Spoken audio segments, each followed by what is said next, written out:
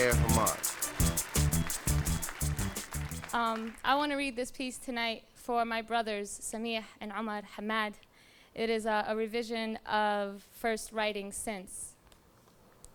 There have been no words, no poetry in ashes south of Canal, no prose in trucks driving debris and DNA.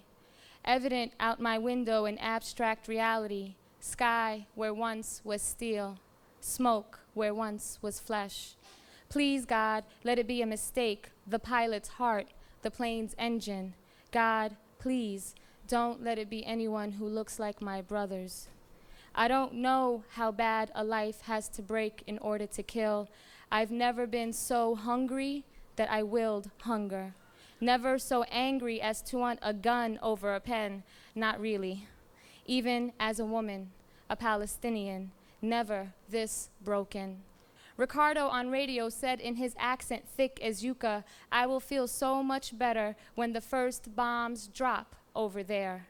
A woman crying in a car parked and stranded and hurt, I offered comfort, a hand she did not see before she said, we're gonna burn them so bad. My hand went to my head, and my head to the dead Iraqi children, the dead in Nicaragua, in Rwanda, who vied with fake sport wrestling for America's attention. People saying this was bound to happen, let's not forget US transgressions. Hold up, I live here.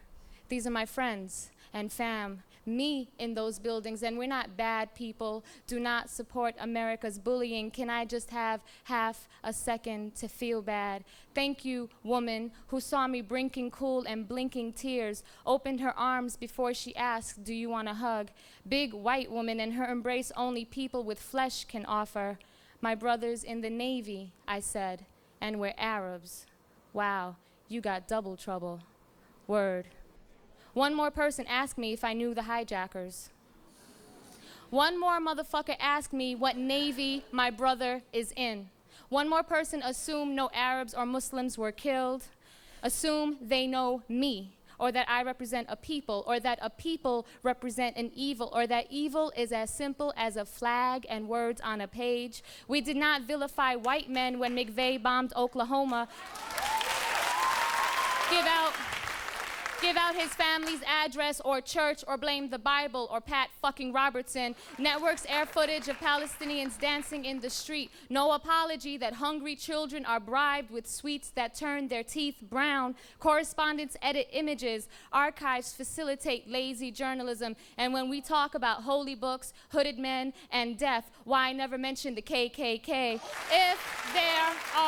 If there are any people on earth who understand how New York is feeling right now, they are in the West Bank and the Gaza Strip. Bush has waged war on a man once openly funded by the CIA. I've read too many books to believe what I'm told. I don't give a fuck about bin Laden. His vision of the world don't represent me or those I love. But I've signed petitions for years to out the US-sponsored Taliban. Shit is complicated, and I don't know what to think. But I know who will pay. Women, mostly colored and poor, will have to bury children, support themselves through grief. In America, it will be those amongst us who refuse blanket attacks on the shivering, who work towards social justice and opposing hateful policies. Either you are with us or with the terrorists, meaning keep your people under control and resistance censored, meaning we got the loot and the nukes.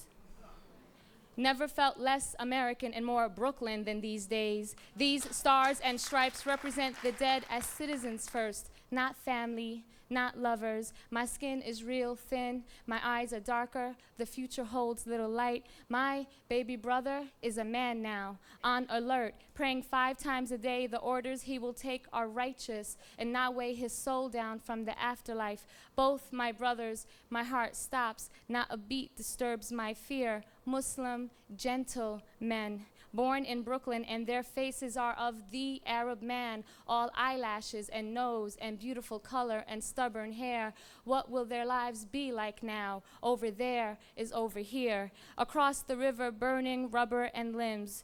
Rescuers traumatized. Skyline brought back to human size, no longer taunting gods.